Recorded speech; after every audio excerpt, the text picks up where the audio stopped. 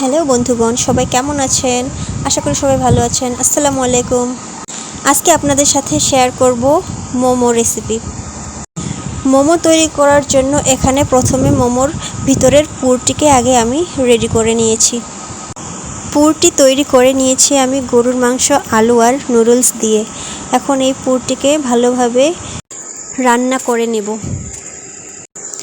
এখন এর মধ্যে নুডলস মশলাটি দিয়ে দিলাম।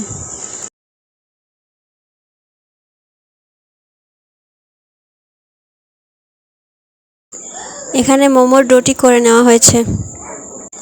এখন এগুলোকে ছোট ছোট লেচি কেটে বেলে নিতে হবে এবং এর মধ্যে পুর ভরতে হবে।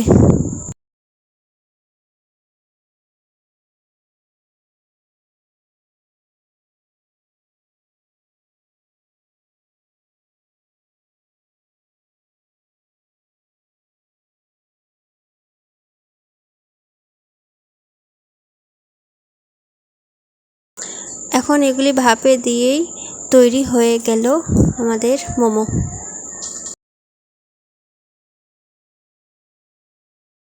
ভিডিওটি যদি ভালো লাগে তাহলে একটা লাইক, কমেন্ট ও শেয়ার দিয়ে পাশে থাকবেন। আজ এ পর্যন্তই, দেখা হবে পরের কোনো ভিডিওতে। খোদা হাফেজ। আসসালামু আলাইকুম।